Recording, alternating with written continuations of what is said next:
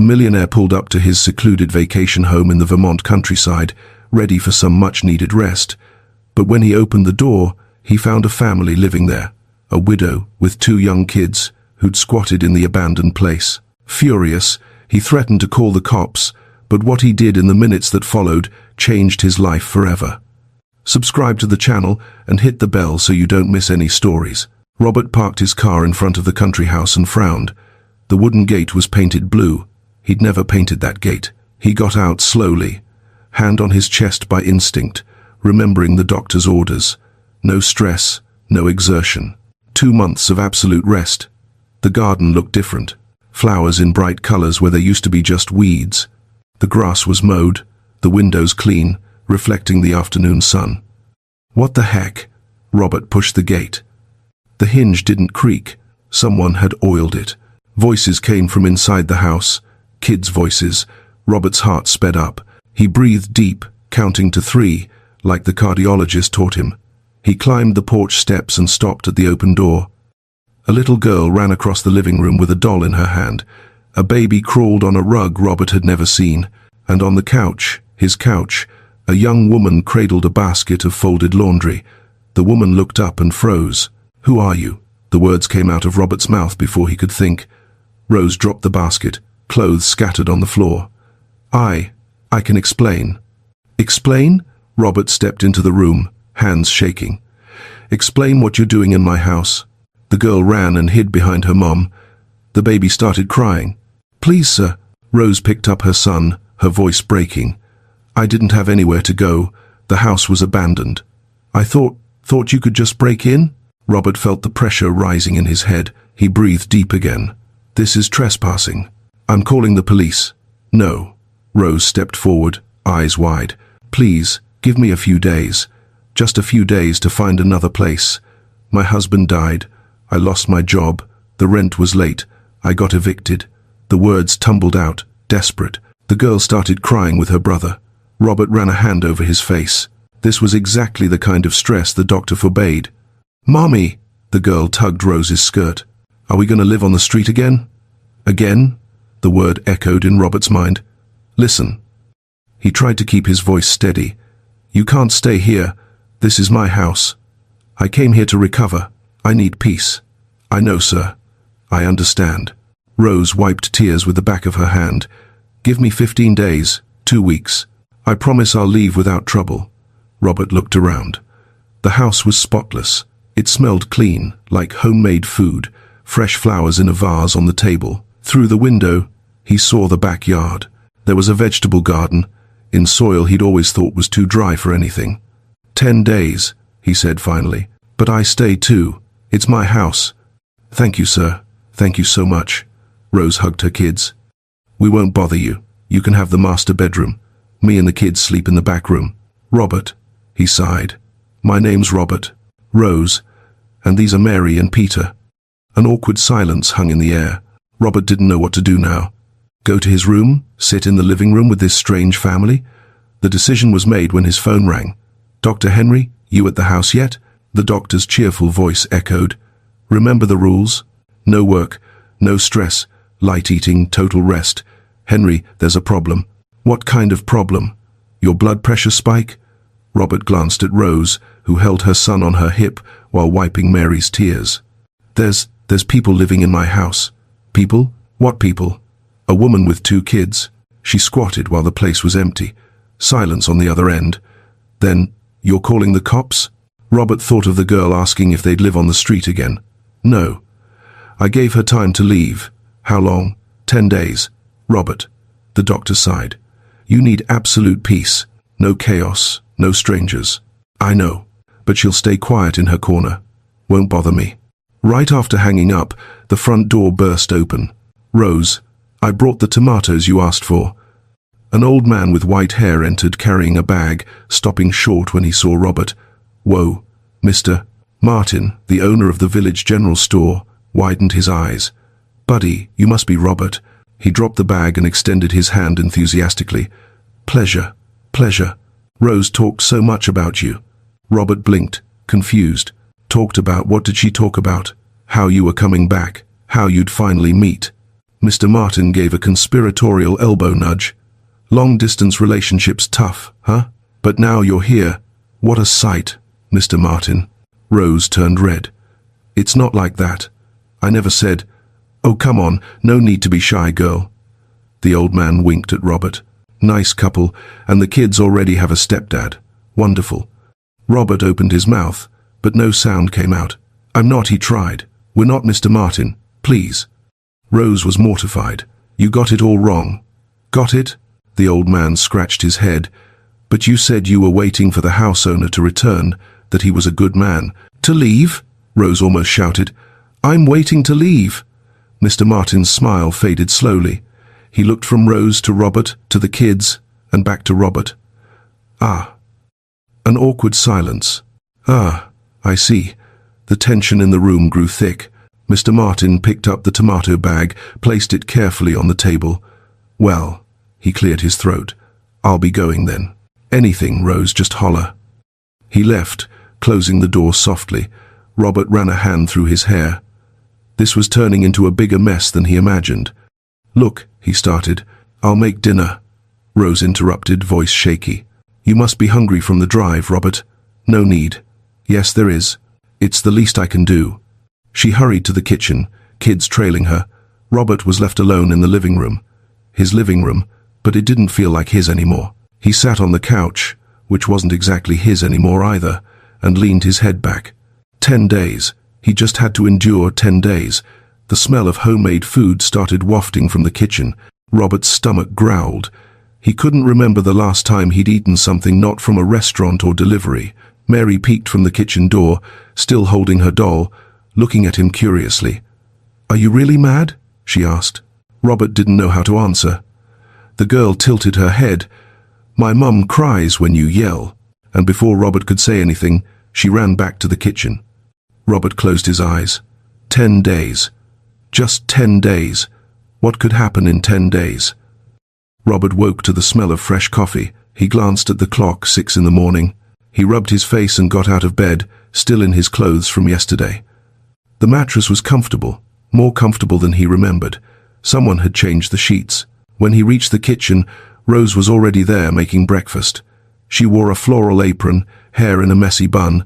Good morning, she said without looking at him. Coffee's ready. I left bread in the toaster. Thanks.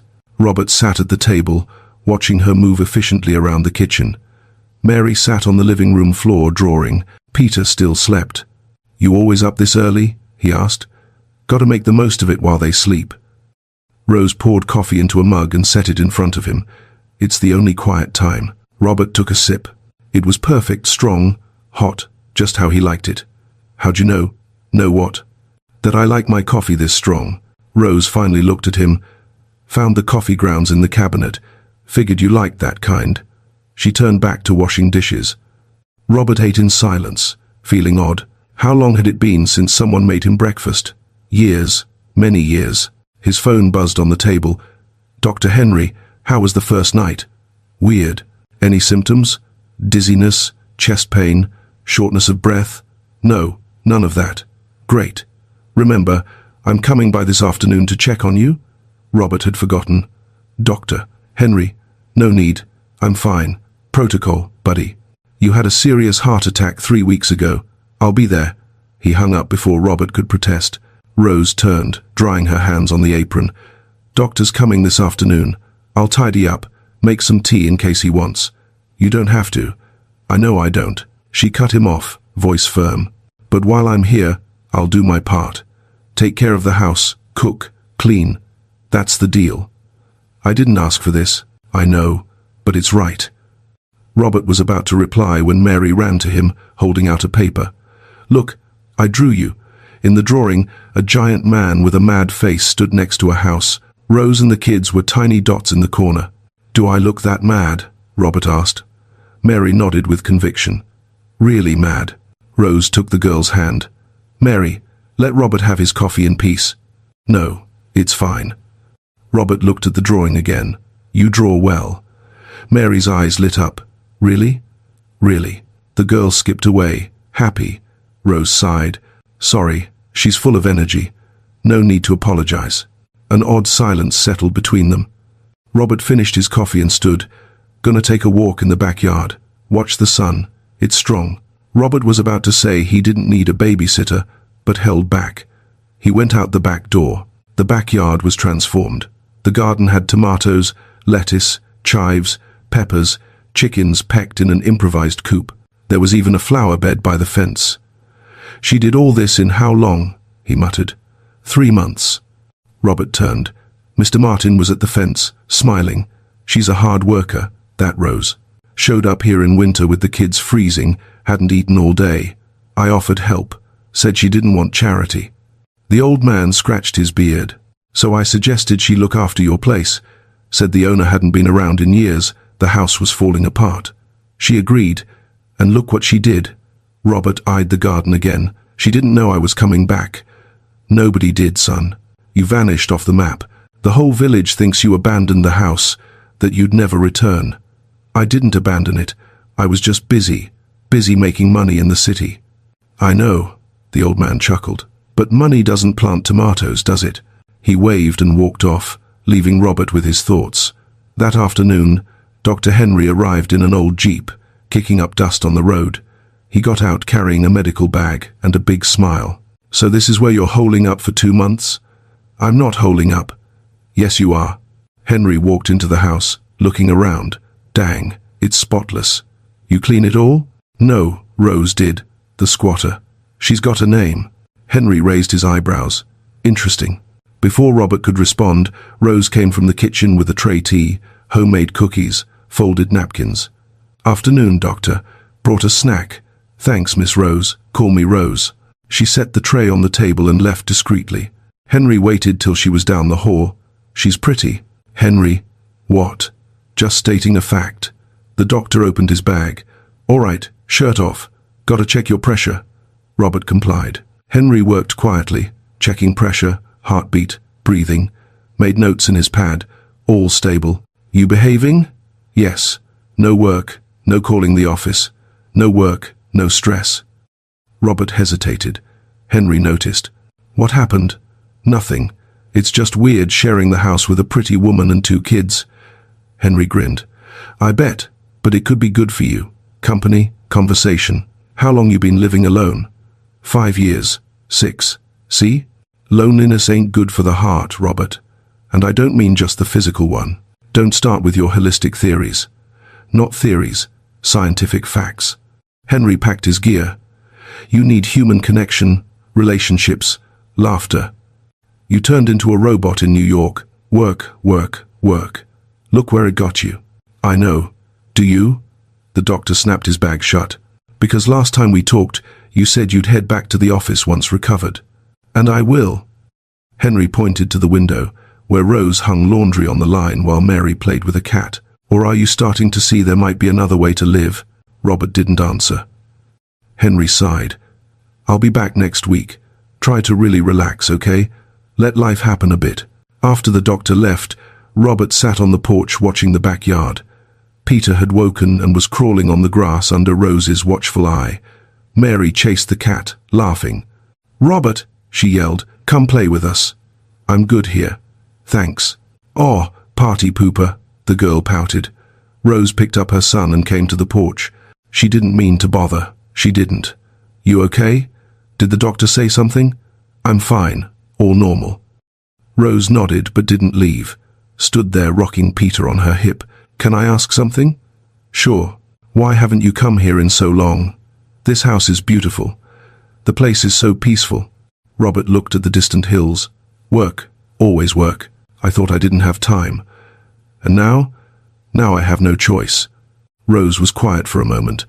Sometimes we need to lose the choice to make the right one. She went back to the yard before Robert could reply. That night, Robert couldn't sleep. He lay listening to the house sounds. Rose humming softly to put Peter to bed. The creak of wood, wind in the trees outside. At 2 a.m., he got up for water. The kitchen light was on. Rose sat at the table, surrounded by paper and pen, doing math. Can't sleep? He asked. She jumped, startled. Sorry, thought you were asleep.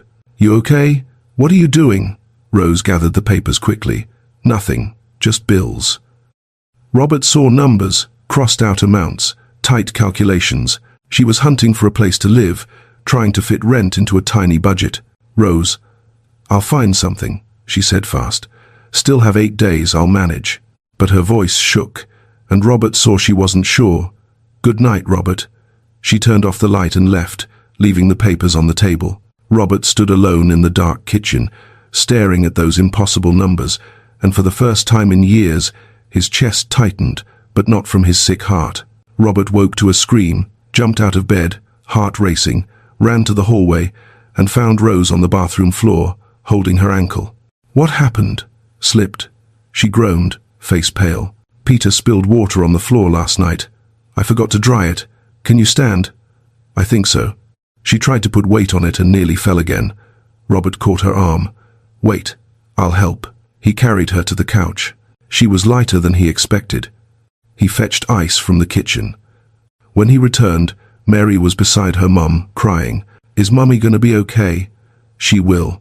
Robert wrapped the ice in a towel and placed it on Rose's ankle. "It's just a sprain. Needs rest." Rose closed her eyes, breathing deep. "I can't stay down. Gotta take care of the kids, the house." "I'll handle it." She opened her eyes. "What?" "I'll handle today, tomorrow if needed." Robert stood. "You stay put, doctor's orders." "You're not a doctor. I'm a doctor's patient. Same thing." For the first time, Robert saw Rose smile genuinely, a small smile, but real. "Okay. Thanks." The next hours were total chaos. Peter cried for his mom. Mary spilled juice on the rug. Robert burned the rice. When he tried bathing the baby, he ended up wetter than the kid. "How do you do this every day?" he asked Rose, exhausted, holding a squirming Peter. "It practice." She laughed at his face. "Lots of practice. This ain't human. It's mission impossible." Mary came into the room with the cat in her arms. "Uncle Bob, Whiskers is hungry." "Uncle Bob?" Robert blinked. "That's you," Mary said like it was obvious. "Robert's too long. Uncle Bob's better." Rose tried hiding her laugh. Robert sighed. "Fine, Uncle Bob. Where's the cat food?" "I don't know." "Great." He spent the morning hunting cat food, changing diapers, cleaning juice, calming Peter. When he finally sat on the couch at noon, he was wrecked. "I respect you," he told Rose. "A lot. This is harder than closing $1 million deals." Rose laughed. "Thanks, I think." A car pulled up outside. Mr. Martin got out carrying bags. Heard there was an accident. Brought groceries. He walked in without knocking. Looked at Rose on the couch, Robert holding Peter, Mary drawing on the floor. What a lovely family scene. Mr. Martin Rose started. "Hush, hush," came to help. The old man went to the kitchen and unpacked. Brought chicken, veggies, good rice, not that rock-hard stuff you got. Gonna make a proper lunch. Robert looked at Rose, who shrugged. He's like that. No point arguing. Half an hour later, the kitchen filled with delicious smells. Mr. Martin hummed while cooking, telling village stories nobody asked for. And that's when Mrs. Carmen found out her husband wasn't on a business trip, but hiding at his sister's to avoid painting the fence. He laughed hard. 3 days of peace he had. 3 days. Mary giggled along. Peter clapped without understanding. Even Rose smiled. Robert found himself smiling too. When lunch was ready, Mr. Martin insisted they all eat together at the table. "Family eats together," he declared. "That's the rule." "We're not family," Robert said. "Not yet." Mr. Martin winked. "But who knows?" Mr. Martin Rose blushed. The old man chuckled and served everyone. The chicken was perfect, rice fluffy, veggies seasoned just right. "Delicious," Robert admitted. "Of course, learned from my late wife. What a woman, cooked like no one else." Mr. Martin got nostalgic for a moment. 10 years she's been gone, but I still smell her perfume sometimes." "Sorry," Rose said softly. "Ah, no need. Had 50 happy years with her. Some folks don't get even 5. He looked at Rose. "Your husband, how long's it been?" "A year come December." "How'd it happen, if you don't mind?" Rose went quiet. Mary stopped eating. Robert noticed. "Work accident," Rose finally said. "He worked construction. A beam fell. It was quick. The kids were little. Peter was 6 months. Mary 3. Rose looked at her children. It was hard, really hard. I tried keeping up rent, but lost my job. The landlord was patient for months, but then no more. And you ended up here? Mr. Martin finished. Yes. Sorry, Robert. I know it was wrong, but I was desperate. Robert pushed food around his plate. You don't need to apologize again. Yes, I do. You've been generous giving me this time. Generous? Mr. Martin snorted. Generous would be letting her stay. Mr. Martin Rose protested. That's not how it works. Why not? House is huge, plenty of room, and she takes care of everything. Cooks, cleans, gardens. Robert don't have to lift a finger. 'Cause it's not her house, Robert said. It's mine. So what? Empty house is useless. House needs life, people, food on the table, laughter in the walls. The old man banged the table. You got that now? Gonna throw it away? It's not that simple. It is. You adults complicate it. Mr. Martin stood. Well, said my piece. Leaving before I say too much, he walked out, slamming the door. Silence weighed heavy at the table. Sorry, Rose murmured. He had no right to talk like that. No need to apologize for him. Mary looked between them. Are we really leaving, Mummy? Yes, sweetie, in a few days. But I like it here. And Whiskers, and the garden. We take Whiskers and make another garden. It won't be the same. The girl started crying. I don't want to go. She ran to her room. Peter, startled, cried too. Rose tried standing and winced in pain. Stay there. Robert picked up Peter. I'll go. He went to the kids' room. Mary lay on the bed, hugging her doll, sobbing. Robert sat on the mattress edge, still holding Peter, who calmed down. Mary, she didn't answer. Look at me. The girl turned her tear-streaked face. I know you like it here, and I get it. It's a nice, quiet place. So why do we have to go? Robert didn't know what to say. Why, really? Because they were squatters, because he'd come for peace and quiet, but the house had never been so alive. It's complicated. Adults always say that when they don't want to explain. Mary wiped her nose. You don't like us? It's not that. Then what is it? Robert looked at Peter, asleep in his arms, at Mary with her big sad eyes, at the worn old doll she clutched. I don't know, he admitted. It was true. That night, after everyone slept, Robert went to the porch. Stars shone in the pollution-free sky. The breeze carried scents of earth and flowers. He thought of New York, the empty apartment, the cold office, endless meetings, hellish traffic. Thought of the heart attack, chest pain, fear, hospital loneliness. Thought of Rose sleeping in the back room with the kids, Mary calling him Uncle Bob, Peter drooling on his shoulder, Mr. Martin and his stories, homemade food, hot breakfast, the life that invaded his house with this family. I don't know, he repeated to the stars, but something in his chest, and this time not the sick heart, started stirring. Robert woke to the smell of pancakes. He went downstairs and found Rose limping between stove and table, ankle still bandaged. You should be resting. I'm better. She flipped a pancake skillfully. And you can't live on burned rice. I thought it turned out okay. Rose laughed. It was charred. Robert sat at the table and watched her work. 5 days had passed. 5 left for Rose to find a place, but she hadn't yet. He knew because he saw the papers on the table every night. Ads circled, numbers that never added up, phones that didn't answer. Rose, banana pancakes. She set a plate before him. Try it, he ate. Delicious. Of course. I need to talk to you about Mummy. Uncle Bob. Mary ran in. Whiskers climbed the tree and won't come down. Robert sighed. Cats always come down alone. But he's meowing. He's scared. Rose looked out the window. The cat was on a high branch, meowing pitifully. I'll go. Robert stood. With your heart? No way. Rose grabbed a chair. With your ankle? You're crazy? They stared each other down. Mary watched. I'm lighter, Rose argued. I'm taller, easier reach.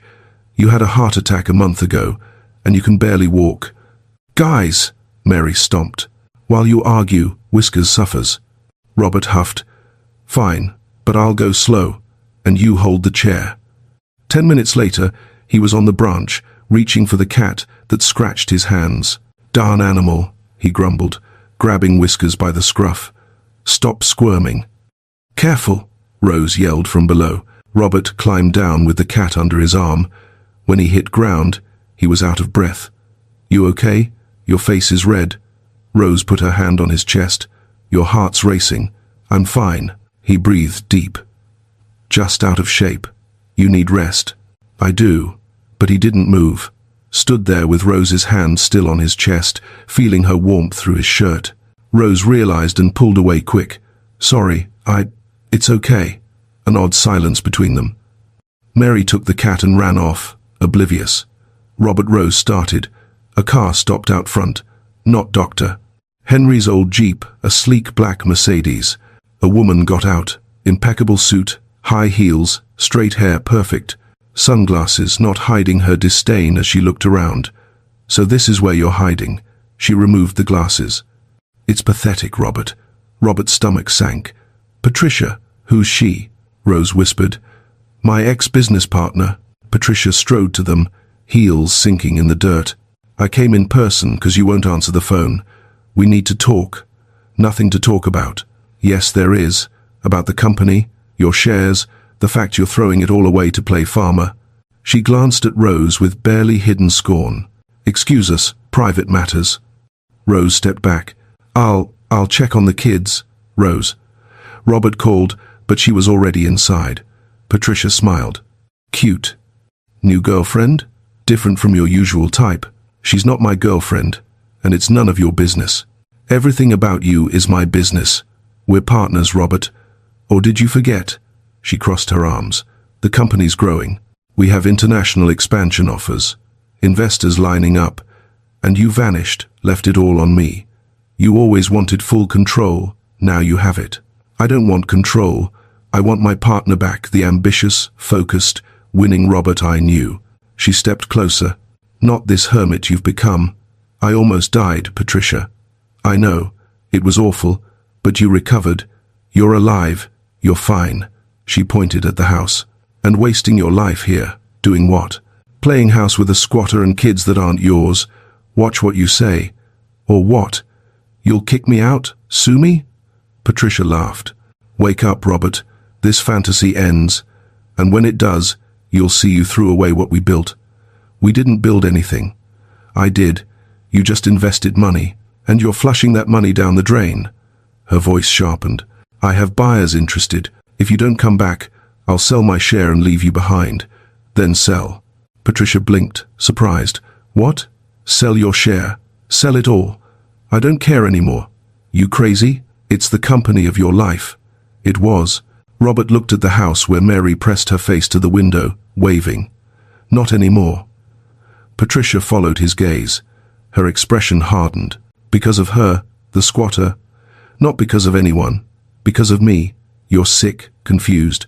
The heart attack messed with your head. For the first time in years, my head's clear. Patricia put her glasses back on. You'll regret this. Maybe, but it'll be my regret. She got in the car and sped off, kicking up dust. Robert stood watching till the Mercedes vanished down the road. When he went inside, Rose was in the kitchen, pretending to wash already clean dishes. Everything okay? She asked without looking. Yes. She seemed important. Was the past? Rose finally faced him. Robert, I heard part of the conversation, didn't mean to. Window was open. She dried her hands on a towel. You can't throw it all away. Your company, your work, because of this. Because of what? Of me, the kids, this temporary situation. She stepped closer.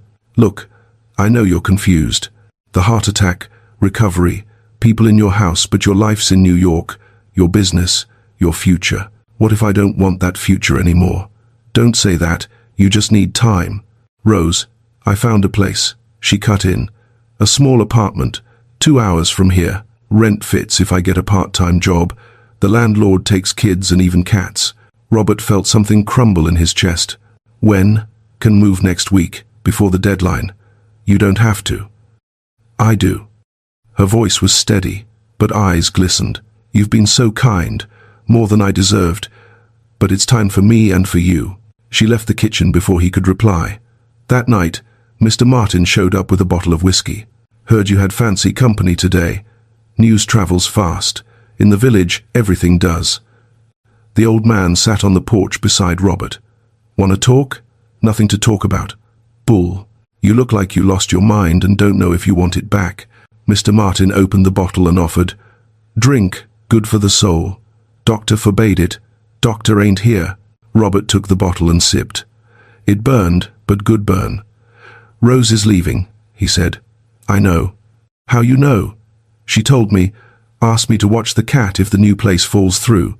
Mr. Martin took the bottle back. "You letting her go?" "It's not about letting. It's her life." "And yours? What do you want?" Robert stared at the stars. "Don't know anymore." Bull again. "You know, just scared to admit." "Admit what?" "That you fell for her." The words hung. Robert opened his mouth to deny. Couldn't. "It's crazy," he finally said. "Known her a week. So what? Fell for my wife in 3 days. Married a month later, 50 years together." Mr. Martin smiled. "Love don't have a schedule, boy. She's a widow, 2 kids, no job, no money, and I'm me." "You're what?" "Rich, successful." The old man laughed. "That stuff don't matter. You think she cares about your money?" "I don't know. I do. She don't. If she did, she'd have thrown herself at you when she learned who you are. But she didn't.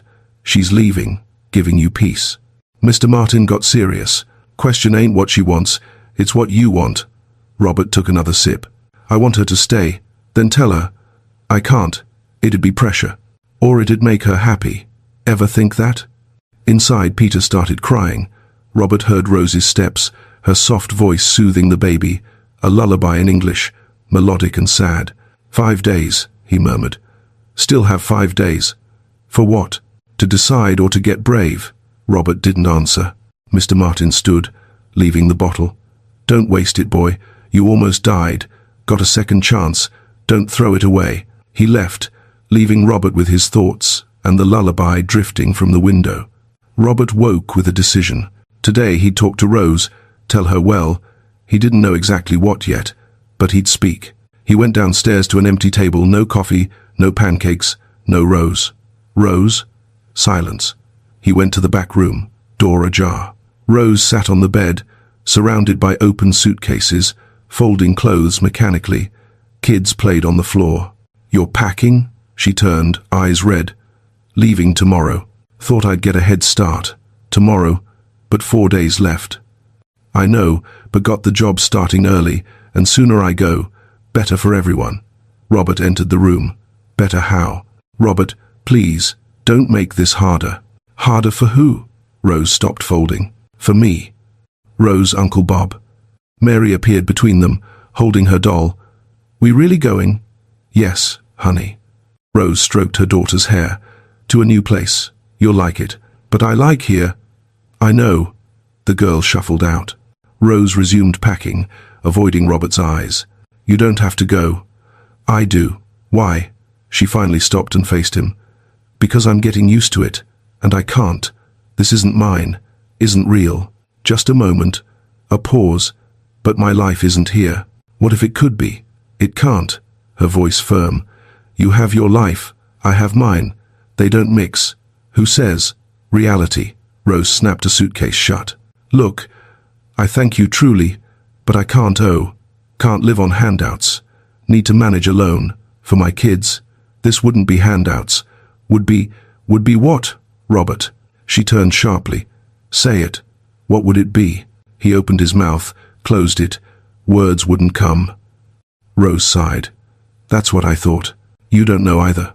She picked up Peter and left the room, leaving Robert alone with half-packed suitcases. Dr. Henry arrived at noon, finding Robert on the porch looking like death. "Someone die?" "She's leaving tomorrow." "Ah." The doctor sat beside him. "And you're letting her?" "She wants to go." "You ask if she wants to stay?" "Sort of." "What do you mean, sort of?" "Either you asked or you didn't." Robert rubbed his face. "I tried, but couldn't." Wrong words came out. "What words you trying to say?" Silence. Henry sighed. "Robert, you're one of the smartest guys I know. Closes million-dollar deals, convinces investors, leads teams, but in front of a woman you like, you turn teen. It ain't that simple." "It is." "You like her?" "Yes." "Want her to stay?" "Yes." "Then say that." Those words, Rose, I like you. I want you to stay. Henry slapped his thigh. Done. What if she says no? What if she says yes? Robert didn't answer. The doctor shook his head. I'll check you, and your courage too, 'cause I think it's sicker than your heart. After the exam, all normal, pressure stable, heart beating good. Henry left with one last bit. You almost died, Robert. Learn something from it or not. Afternoon, Rose took the kids to say bye to neighbors. Robert stayed alone in the house, pacing. He entered the back room. Suitcases closed, ready. Just a small backpack open on the bed. Inside, he saw a notebook. Shouldn't look. Knew he shouldn't, but did. It was a journal, pages full of Rose's round handwriting. He flipped, reading random bits. Kids hungry again. Don't know what to do. Money's gone. Found this house today. Abandoned. Can I just for a few days? Mary's happy here. Space to play. Peter's healthier. But no, it won't last. Then a recent entry. Robert arrived today. Thought my world would end, but he was kind. Didn't call cops, gave time. Why's he so kind? Further on, starting to like him. Dangerous, very dangerous. Can't get attached. Can't let kids get attached. Need to leave before it hurts too much. And the last from yesterday. Think I'm falling for him. Absurd, crazy. Poor widow with 2 kids, squatter in his house. He deserves better. Someone not a burden. Need to go before I do something stupid. Before confessing what I can't. Robert closed the notebook, hands shaking. You reading my journal? He turned. Rose in the doorway, face pale. Rose, you had no right. She stormed in and snatched it. This is private. Sorry, I shouldn't. But I needed to know. Know what? That I'm pathetic. Fell for the house owner I squatted in. Tears rolled down her face. Congrats. Now you know. Happy? Rose? No. She raised her hand. Don't say anything. Don't make this more humiliating. You don't get it. I read. Why? To laugh? To make sure I really leave? Mission accomplished. Because I feel the same. The words burst out. Rose froze. What? I feel the same. Robert stepped closer. I'm falling for you too. And it's driving me nuts 'cause it's been a week. A week? How does someone fall in a week? Don't know. Her voice a whisper. But I know when I wake, first thing I want is to see you. Know when Peter laughs. My heart does something weird. Know when Mary calls me Uncle Bob, I want to cry. Know the idea of you leaving is killing me more than the heart attack did. Rose cried openly now. Robert, this is crazy. I know, you barely know me. I know, I'm a widow with 2 kids, no money, nothing. I know, and I don't care. You should care, she nearly yelled. You're rich, successful, can have any woman. Why want someone like me? Because you make coffee how I like without asking. Because you care for a house that's not yours like it is. Because you're the strongest woman I've met. Because when I look at you, I can breathe for the first time in years. He held her hands. They were cold, trembling. Stay, he begged. Please stay. Rose closed her eyes. I can't. Why? Because I'm scared. She opened her eyes, fear raw and real. Scared to get attached and lose again. Scared I'm not enough. Scared you'll wake one day and see you made a mistake. I won't. You don't know that. Nobody does. She pulled her hands free. My husband promised to care for us forever, and next day he was dead. I can't go through that again. Rose, let me go, Robert. It's better this way for everyone. She left the room. Robert heard the front door slam. He stood, holding the emptiness she left. Mr. Martin found him an hour later, sitting on the backroom floor, head in hands. So you talked, and she's leaving anyway. The old man sat beside him with effort from age. She's scared, I know. You understand why. Robert lifted his head. Lost her husband, lost everything. Scared to lose again. So show her she won't lose. How? She won't listen. Mr. Martin smiled. Sometimes, boy, love ain't about words, it's about actions. When Rose returned with the kids, night had fallen. The house was dark, oddly dark. Robert? She called. No answer. She flipped the living room light and stopped. Table set, candles lit, flowers in the center, delicious smell from the kitchen. Robert appeared in a silly apron, holding a dish. "Welcome to Peace House Restaurant," he announced solemnly. "Table for 3, oops, 4, including me." Mary clapped. "So pretty. Robert, dinner." He cut her off. "Your last dinner here. Let me do this, please." Rose couldn't say no. Dinner was chaotic. Food a bit burned, rice mushy, but love in every bite. When Mary dozed in her chair and Peter napped on Rose's lap, Robert finally spoke. "Can't promise I'll never die. No one can. But I can promise while I'm alive, I'll wake every day and choose you and the kids and this crazy life. Every day." Rose looked at him, tears in eyes. "How can you be so sure? Because for the first time, my heart's not just beating, it's alive." Rose didn't sleep all night, lay awake staring at ready suitcases, listening to kids breathing, thinking of Robert's words. "While I'm alive, I'll wake every day and choose you." But what if he didn't live? What if his heart failed again? What if... She shook her head, couldn't think that way, but couldn't stop. When sun rose, she decided, leaving, today, now, before losing nerve.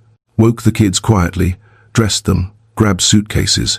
The cab she called waited on the road. "Come on, loves, real quiet." "Without even saying bye to Uncle Bob?" Mary whispered. "Better this way." They were at the door when Robert appeared in the hallway, disheveled, still in pajamas.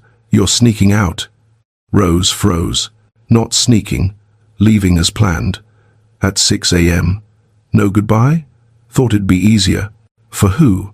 He came down the stairs. "For me, the kids, or you?" "Robert." "Mummy, I want to say bye." Mary started crying. "Honey, we can't." "Why not?" Robert knelt before the girl. "You can say bye to me, the house, Whiskers." "You're making this harder," Rose nearly yelled. "Good, 'cause it should be hard to leave. Should hurt, 'cause if it hurts it matters, and if it matters, we fight for it." Rose yelled back, tears falling. "Everything that matters, we lose. My husband mattered, I lost him. This house matters, I'll lose it. You matter, and I can't lose again." Silence, broken only by Mary's sobs. Robert stood slowly. "So you'd rather never live in fear than live for real? I have kids to protect. And you protect them by running? Teaching them to fear attachment, love. Teaching them to survive. Surviving ain't living." Rose gripped the suitcase handles tight. "I need to go." "Then go." Robert stepped back. "But first, look at your kids. Look at Peter, and tell me you're doing this for them, not fear." Rose looked at Mary crying with her doll, at Peter reaching arms to Robert, not understanding why no one held him. Her voice broke. "I can't. Mummy's scared," Mary said, wiping tears. "I'm scared too, but we can stay even scared, like during thunderstorms when we huddle together." Rose dropped to her knees, letting go of suitcases, hugging her daughter. Sobs came hard, years of pain, fear, loneliness pouring out. Robert approached slowly, hand on her shoulder. "Stay at least a day to think. No pressure, no promises, just stay."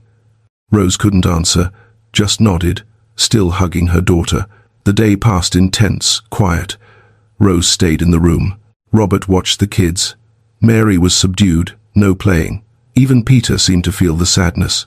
At 3 p.m., Mary started coughing, dry, persistent. "Mary," Rose came out. "You okay?" "Just a cough, Mummy." But by 5, cough worsened. Mary hot, very hot. Robert Rose panicked. "She's feverish, high." Robert touched the girl's forehead. "Burning," calling Henry. But Henry wasn't in the village, gone to the city. "Back tomorrow. Nearest hospital's an hour away," Mr. Martin said when Robert called. "But roads blocked. Landslide last night. Take time to clear." "So what do I do?" "There's Mrs. Benedict, village midwife. Knows home remedies. I'll fetch her." While waiting, Mary got worse. Fever climbed. She started delirious, calling for her dead dad. "Daddy, Daddy, where are you?" Rose cried, helpless. "Do something, Robert, please." Trying. He put cool cloths on her forehead, but no help. "Where's Mrs. Benedict?" Mr. Martin returned with an elderly woman, but she shook her head, examining. "Pneumonia. Beginning. Needs antibiotics." "I have." Robert ran to his room, left from my hospital treatment. "No." Mrs. Benedict stopped him. Adult antibiotics different. Could harm her. Then what? Rose screamed desperate. Pray, the old woman said, and keep fever down. If it passes 104, she didn't finish, didn't need to. The night was the longest of Robert's life. He and Rose took turns with cool cloths, trying to lower Mary's fever. The girl faded in and out, mumbling nonsense. She'll be okay, Robert repeated. She'll be okay. You don't know that. Rose whispered, voice broken. You can't promise. But I'm promising. How you promised to choose us every day. She stared, eyes red. What if you can't? What if it stops? Robert cupped her face. Stop thinking worst. Mary'll be fine. Will be. I can't lose anyone else, Rose sobbed. Can't. You won't. I promise. You can't promise that. I can. He hugged her tight. 'Cause I'll do everything in my power not to let it. Everything. You hear? Everything. Rose clung to him, and for the first time since her husband died, she let someone hold her as she fell apart. At 4 a.m., fever finally broke. Mary opened eyes, weak but aware. Mummy, I'm here, love. Here. Rose covered her daughter's face in kisses. I had a dream, Mary murmured. Daddy came, said, it's okay. You can let Uncle Bob take care of us now. Rose looked at Robert, tears in his eyes. He did, she whispered. Said he's happy in heaven, wants us happy too. Mary fell asleep again, but real sleep, breathing steady, forehead cool. I almost lost her, but you didn't. What if I had? If fever didn't drop? But it did. He turned her face to him. It did. She's okay, you're okay. I'm okay. We're all here, alive, together. For how long? Don't know. No one does. But it's not about how long. It's about what we do with the time we have. Rose closed her eyes, tired of being scared. Then stop. Not that easy. I know, but you don't gotta do it alone. Not anymore. She was silent a long moment. Then, kiss me. Robert blinked. What? Kiss me before I lose nerve again. He smiled and kissed her gently, slowly, like she'd break. Rose deepened it, pouring years of loneliness, fear, lost hope into that moment. When they parted, she cried again, but different tears. I'm in love with you, she confessed. Hopelessly, madly in love. Good. Robert rested his forehead on hers. 'Cause I'm in love with you too. This is crazy. Yeah, we barely know each other. True. What if it goes wrong? What if it goes right? Rose laughed, tear-soaked. You're stubborn. You're fearful. We're quite a pair. We are, Mary mumbled in sleep. Stop talking. Trying to sleep. They laughed softly. So, Robert asked. Stay. Rose looked at sleeping Mary, Peter in his makeshift crib, the house become home. The man who'd invaded her heart like she'd invaded his house. Stay? Sure? No, she smiled, but staying anyway. When sun rose, Mr. Martin showed at the door with coffee and fresh bread. How's the girl? Better, much better, Robert said. And you too? The old man looked between them, noting linked hands. Sorted things? We did, Rose confirmed, blushing. Thank heavens. Mr. Martin laughed. Couldn't take another day of that tension. He set coffee on the table. Now tell me, when's the wedding? Mr. Martin, they said together. What? Just asking. Whole village'll want to know. Robert and Rose exchanged looks and burst out laughing. 3 days later, Mary was fully recovered, running the yard after Whiskers like nothing happened. Rose still watched close, but fear lessened. Not gone, maybe never fully, but now shared. Robert was on the porch when phone rang. Patricia. He hesitated, answered. Thought about what you said. Her voice different, less sharp. About selling my share. Found a buyer, international group, generous offer. But before closing, need your final answer. She paused. Coming back or not? Robert looked at the yard. Rose hanging laundry, laughing at something Mary said. Peter crawling grass, chasing a butterfly. Not coming back. Silence. Sure? 'Cause after no turning back, Robert, if I sell, I know, and sure. Because of her? Because of me, he corrected. Spent years building a company. Almost died alone in a cold office. Working for what? For who? Breathed deep. Don't want that life anymore. And the money, your assets? Throwing it away? Not throwing away. Investing different. Maybe start something here in the village, something small. Something lets me sleep nights and wake without chest pressure. He smiled. Something lets me live. Patricia sighed. You changed. I did. Hope you're happy, Robert, really. You too. Good luck with the sale. He hung up, felt weight lift off shoulders. Not fear, not regret, freedom. Rose came to the porch, wiping hands on apron. Okay? Great. He pulled her into a hug. That was Patricia. Selling the company. And you're good with it? Surprisingly good. She pulled back a bit, studying his face. Won't miss the company? The deals? Robert thought. Maybe sometimes, but not enough to go back. He cupped her face. I choose this. Choose you. Every day. Rose smiled, eyes shining. Every day. That's a long time. Still not enough. They kissed softly, slowly, interrupted by Mary yelling, Ew! Stop kissing. Come play. Dr. Henry showed the next afternoon for final check before full clearance. Pressure normal, beats perfect. You're better than pre-heart attack. He stowed the stethoscope. What you doing different? Living. Specifically, waking early, eating home-cooked, playing with kids, tending garden, laughing lots. Henry smiled. Keep it up, it's working. He patted Robert's shoulder. You scared me, friend. Thought I'd lose you. Me too. And now? Now I got reasons to stick around. They looked out the window. Rose, teaching Mary to plant seeds. Peter napping in shade, thumb in mouth. She's special, Henry commented. She is. When you gonna propose? Robert nearly choked. Marriage? We barely. It's only 2 weeks. The doctor laughed. You almost died. She lost her husband. You both know life's short. Why wait? Why? 'Cause it's too fast. For who? For others. Screw them. You love her? Love her. She love you? Think so. You think or know?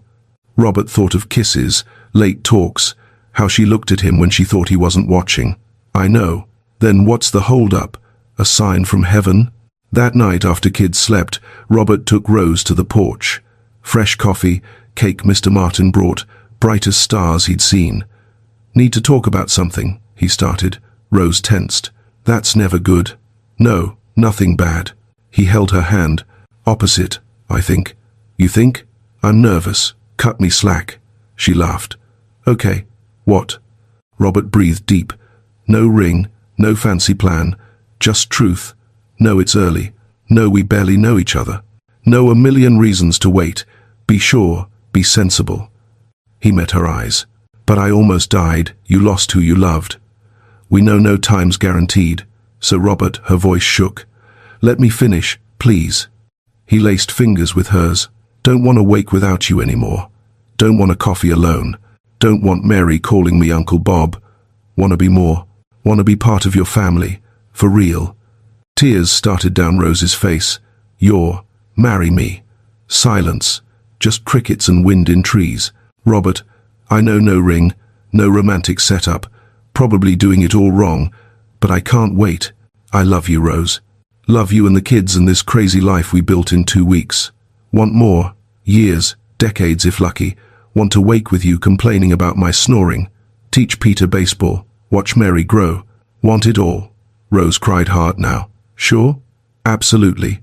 Even me being stubborn, fearful, full of baggage. Especially cause of that. If I say yes and one day you regret, won't regret. You don't know. I do. He wiped her tears with his thumb. You're the best thing that ever invaded my life. Rose laughed through tears. Worst love declaration ever. It was awful, sorry. But it was perfect. She threw arms around him. Yes, yes, I'll marry you. Robert spun her, laughing, feeling lighter than in years. Serious, not changing mind. I'll change a bunch, probably, but always end up same place. She kissed him. Yes. News spread through the village like wildfire. Next morning, Mr. Martin showed with half the village. Wedding. We're having a wedding, Mr. Martin. Rose mortified. We haven't set a date. Set it now. How about next week? Next week? Robert blinked. No time. Sure there is. Mrs. Carmen makes cake. Pastor comes Thursday. I lend the store hall. Done. Wedding. The old man beamed. Whole village wants to come. Been years since a party here. Rose looked at Robert, who looked back. They burst laughing. Okay, Rose agreed. Next week. Serious? Robert asked. Why wait? Why wait indeed? The week blurred by. Village mobilized. Mrs. Carmen made 3-tier cake. Mr. Martin decorated hall with garden flowers. Dr. Henry got Robert a borrowed suit. Village women sewed a simple but beautiful dress for Rose. Mary kept asking if she'd be flower girl. Peter learned to say Dada, looking at Robert, making Rose tear up.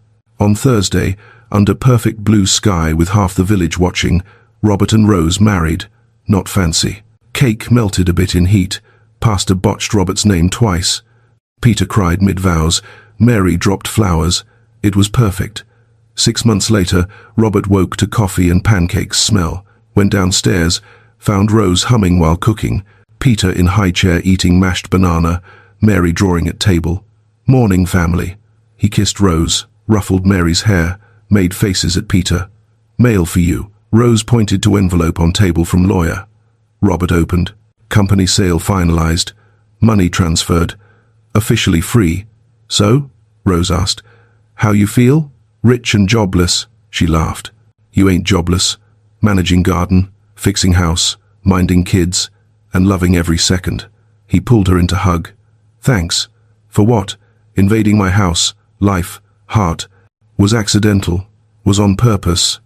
Maybe. She smiled. No regrets. None. You? Only not invading sooner. They kissed, interrupted by Mary. Again? You guys are gross. Gross is your sister's room, Robert teased.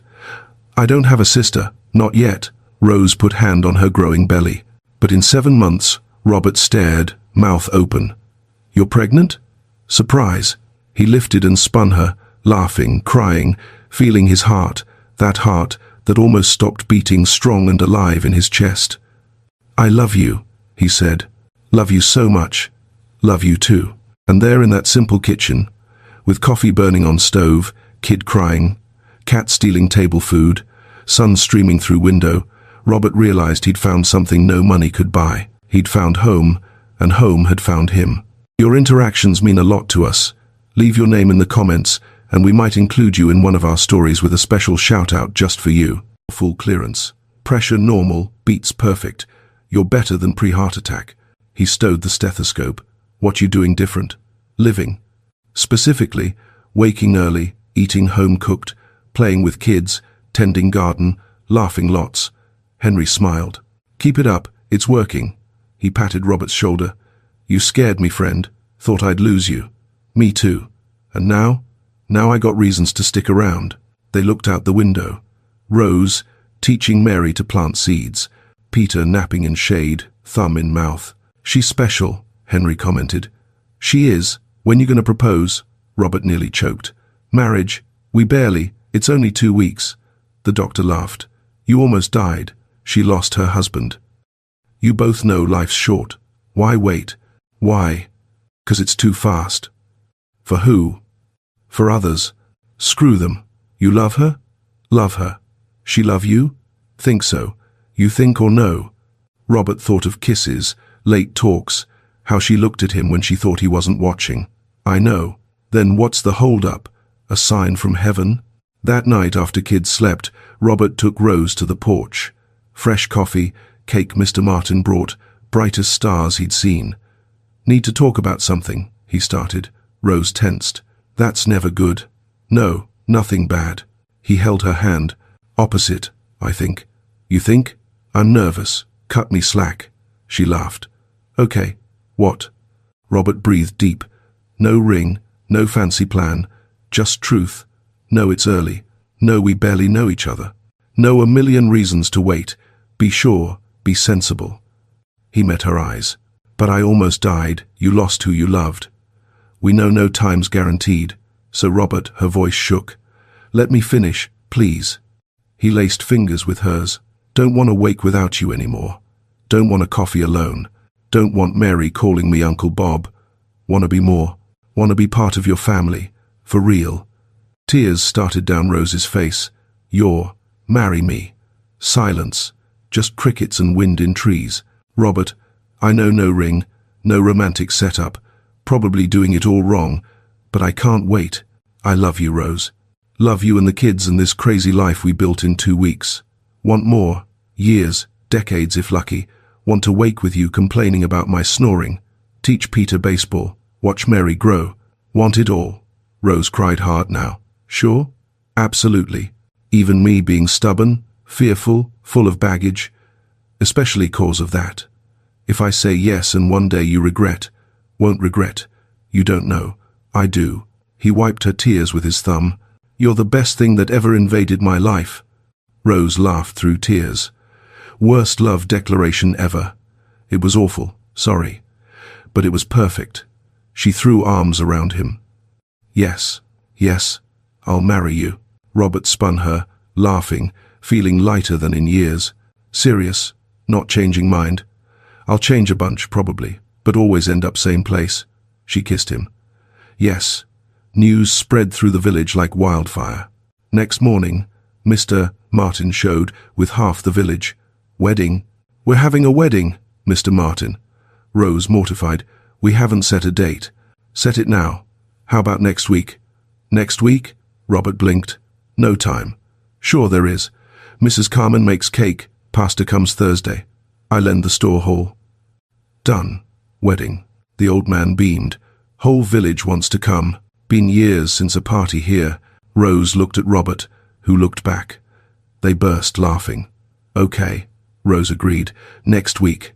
Serious? Robert asked. Why wait? Why wait indeed? The week blurred by. Village mobilized. Mrs. Carmen made 3-tier cake. Mr. Martin decorated hall with garden flowers. Dr. Henry got Robert a borrowed suit. Village women sewed a simple but beautiful dress for Rose. Mary kept asking if she'd be flower girl. Peter learned to say Dada, looking at Robert, making Rose tear up. On Thursday, under perfect blue sky with half the village watching, Robert and Rose married. Not fancy. Cake melted a bit in heat. Pastor botched Robert's name twice. Peter cried mid-vows. Mary dropped flowers. It was perfect. 6 months later, Robert woke to coffee and pancakes smell. Went downstairs, found Rose humming while cooking, Peter in high chair eating mashed banana, Mary drawing at table. Morning, family. He kissed Rose, ruffled Mary's hair, made faces at Peter. Mail for you. Rose pointed to envelope on table from lawyer. Robert opened. Company sale finalized. Money transferred. Officially free. So? Rose asked. How you feel? Rich and jobless. She laughed. You ain't jobless. Managing garden, fixing house, minding kids, and loving every second. He pulled her into hug. Thanks. For what? Invading my house, life, heart. Was accidental. Was on purpose. Maybe. She smiled. No regrets. None. You? Only not invading sooner. They kissed, interrupted by Mary. Again?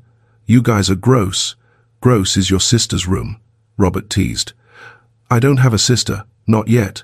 Rose put hand on her growing belly. But in 7 months, Robert stared, mouth open. You're pregnant? Surprise. He lifted and spun her, laughing, crying, feeling his heart that almost stopped beating strong and alive in his chest. I love you, he said. Love you so much. Love you too.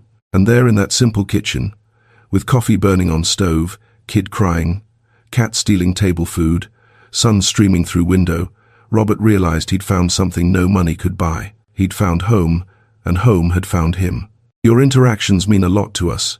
Leave your name in the comments, and we might include you in one of our stories with a special shout-out just for you.